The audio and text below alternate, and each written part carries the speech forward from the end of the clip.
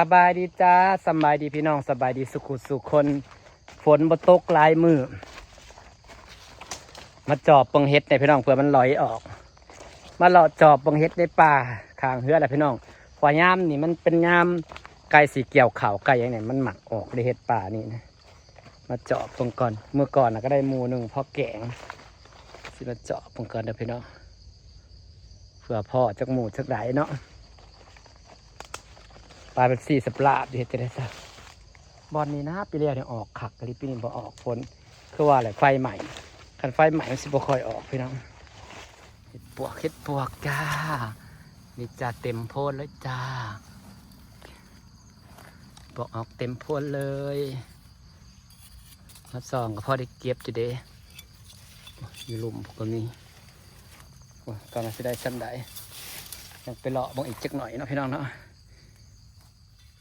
มาหาเลาะเจาะปงเฮ็ดก็เพื่อได้พ่อจะได้เก็บจักหมูจักไดเนาะมือก่อนเดี๋ยวย่างเข้ามายังพ่อเด้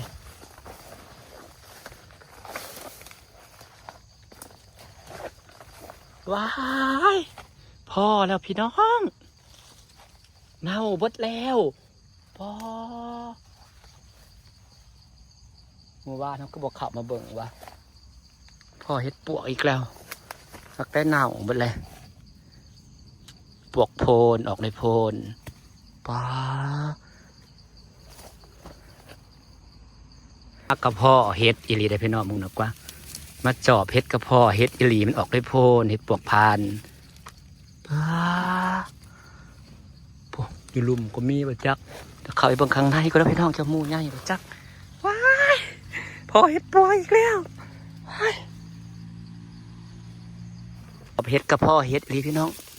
หลายเติบอยู่ได้นี่นะมันเป็นเฮ็ดปวกอะไรนี่แมงกินน้ำกระเคิงหนึ่งพี่น้องมันหนาวเบิดฝั่งนี้นะนี่หนาวเบิดเสียดายเป็นเฮ็ดเนี่ยหนาวเบิดหนาวเบิดเลยตั้งพี่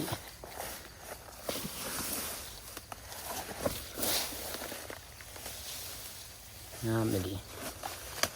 พี่น้องกำลังออกเห็ดปวกพอเห็ดปวกจ้าได้คอนเทนต์เลยแล้วกัน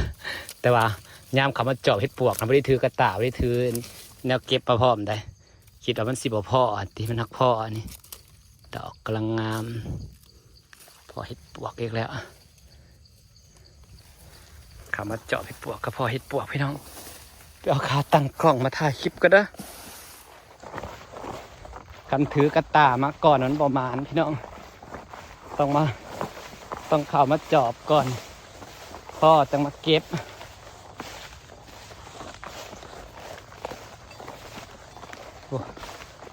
พ่อให้ปวกอีกจักมูลมันเหี่ยวมันเถาพี่น้องปวกก็ได้เต็มโพนจะได้เถาเครื่อง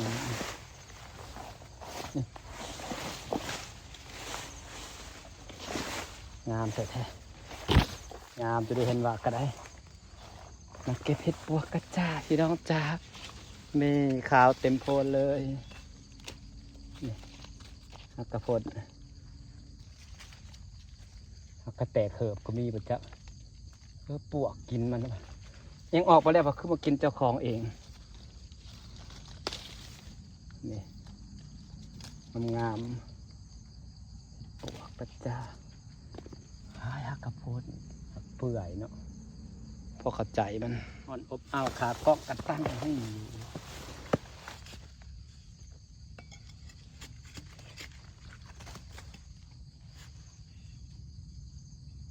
มันกินเนาะพี่น้องออกไปแล้วเราก็มากินปุ๊บ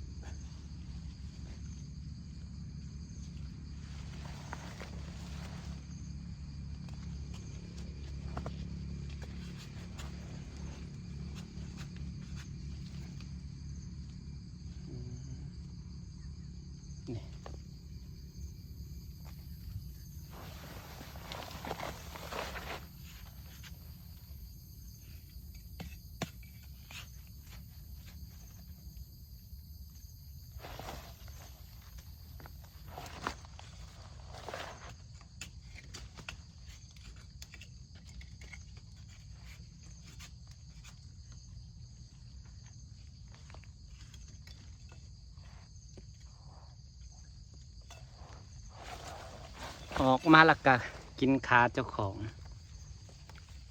มันจะไปเก็บฝั่งนั้นฝั่งนี้ดอกงาม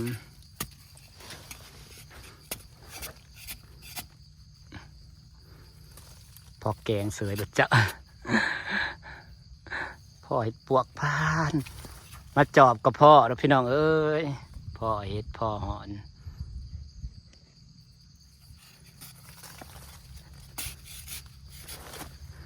มาจอบเห็ดกับพ่อเห็ดเฉย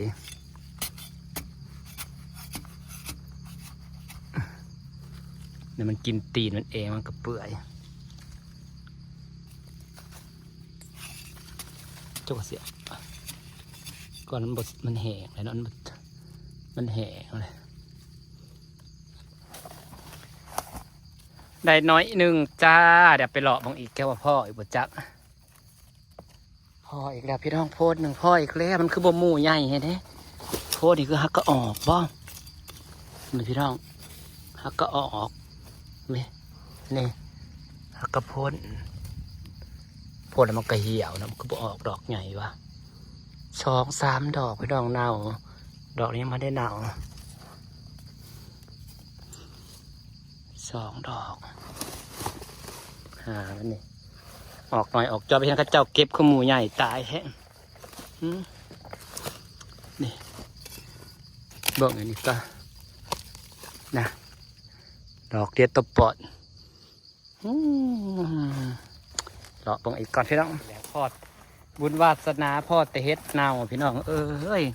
มันเฮ็ดปวกตาบหรือเฮ็ดปวกพานนี่นะปวกตาบป้อเน่าหมดเลยบุญวาสนาพ่อแต่เฮ็ดเน่าบุญวาสนาแซวมีไผมาหล่อต้นนี้เนาะตรงนี้ก็ดอกเลยแห้งง่ายเนี่ยเน่าหมดเลยพี่น้องแสดงว่าผมมีคนหาเฮ็ดช่วงนี้นะมึงในเฮ็ดตาบนะออกก้นเน่าจุดนิ่วเบิดรู้มีไผมาหาบ้างนะกว่าดีแต่ยังมีจูบให้เก็บอยู่ว้าวเห็ดตาบ1พอแกงแล้วค่อยแต่เห็ดตาบหมูนี่ค่อยกับพอแกงแล้วผู้อยู่ไหนผู้ใน2 ดอกพี่ดอกนี่โอ้ยเน่าเบิดเลยไผก็บ่มาหาเห็ดเนาะมันนี่พอแต่เห็ดตาบเน่าไผก็บ่มาหาดอกนี่ดอกพักใหญ่เลยนี่พี่น้องนี่บ้าจะได้ดิมองไหมโอ้ยจะได้เด้มีแต่เห็ดเน่าเลยพี่น้องมันออกมาโดนแล้วมันก็มีแนวมาเจาะมากินมันเนาะเน่าแล้วจะได้เด้ตั้งว่า3 4 ดอกนี้ก็เน่าหมดจะเน่าหมดแล้วพี่น้องเอ้ยเสียดายเด้แต่ดอกใหญ่ๆ4 ดอกนะได้ดอกนี้ดอกเดียวได้ดอกนี้ดอกเดียวนี่พอแล้วพี่น้องเฮ็ดก็ได้เฮ็ดมันอันนี้เฮ็ดมันแห้งกระแดงเฮ็ดมันแห้งกระแดงแบบว่ามันดินมันแห้งแล้วมันออกมามันกระแห้งอะไรพี่น้องนี่เห็ดตาบมันแห้งกระแดงมาเลาะหาเห็ดตาบพี่น้องเอ้ย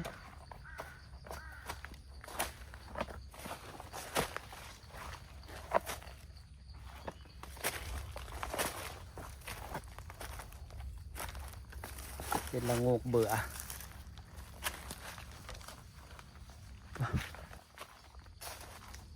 เลาะหาเห็ดผู้เดียวเห็ดยังวะ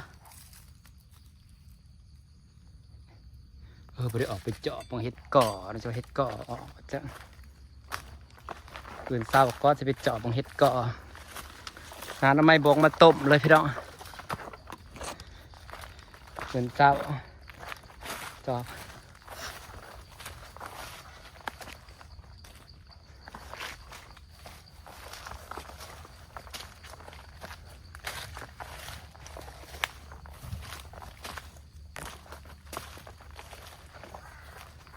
เฮ็ดผู้ดีเอาพี่น้องสิทธิ์ที่จะพ่อเฮ็ดเป็นหลายนะยากเพราะว่าครับ ไปพอดีเขาก็ไปตลอดพอดีเพื่อเขาพ่อก็คือดวงดีไปเนาะแต่ว่าขัดไปหลายคนผัดบอกผู้หนึ่งพ่อกับผู้หนึ่งพ่อได้เอิ้นกันอย่างตามทางเอิ้นกันเฮ็ดเบื่อย่างตามทางมันผู้หนึ่งพ่อก็เอิ้นกันเนาะหลายคนหาพอดีก็หารอบๆไปหายมันพอแกงก็เด้อ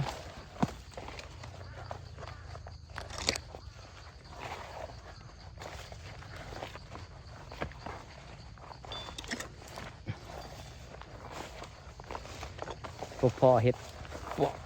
พาดจากหมูอีกพ่อสองหมูที่สองมัน3-4 ดอกบอกพาดมันกำลังออก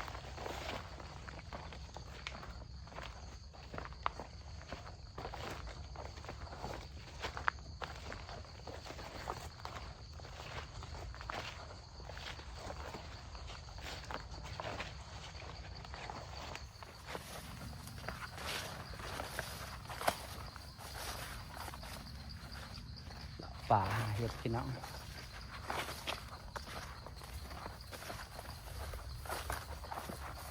ฟังหรือไปรอบังฟังดินเจ้าของนะกะมือหนักก็ได้เป็นทะเลดอกได้มันออกประจะพัด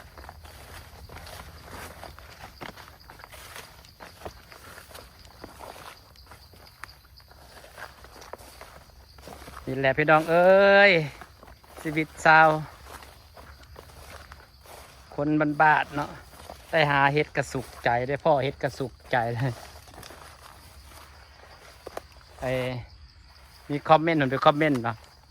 ก็แค่เจอเห็ดจะตื่นเต้นอะไรหนักหนาไม่ใช่เจอทองคำว่ะสันโอ้ยพี่น้องสิบอกว่าความสุขนี่ล่ะมันได้พ่อเนาะคนมันหายางเมื่อยมันได้พ่อมันได้เห็นมันคือความสุขคือความตื่นเต้นนั่นแหละ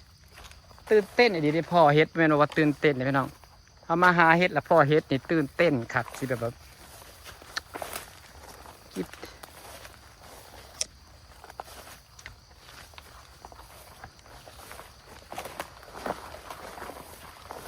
พ่อเฮ็ดอีกแล้วพี่น้องพ่อเฮ็ดอีกแล้วโอ้ยมันมีไผมาหาบอกว่าคือตายแต่เฮ็ดเน่าแท้คอยขึ้นมาส่องมีบุญวาสนาพ่อแต่เฮ็ดเน่าแต่พี่น้อง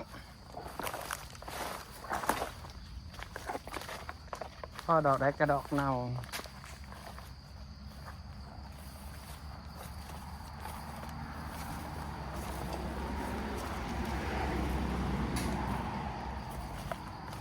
บุญวาสนาพ่อแต่เฮ็ดตาบเน่าจ้า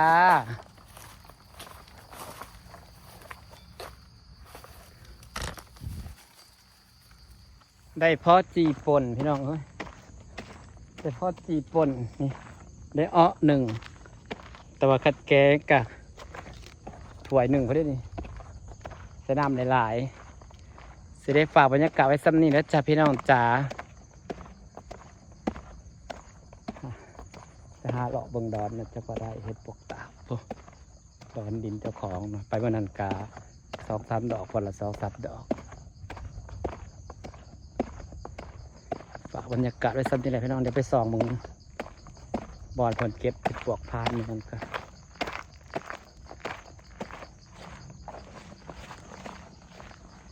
สีขาวขาว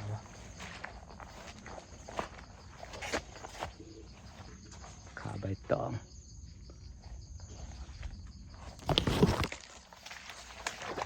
นี่ได้ป่าพักขะแยงขะแยงขางคลองกระเตะเนี่ย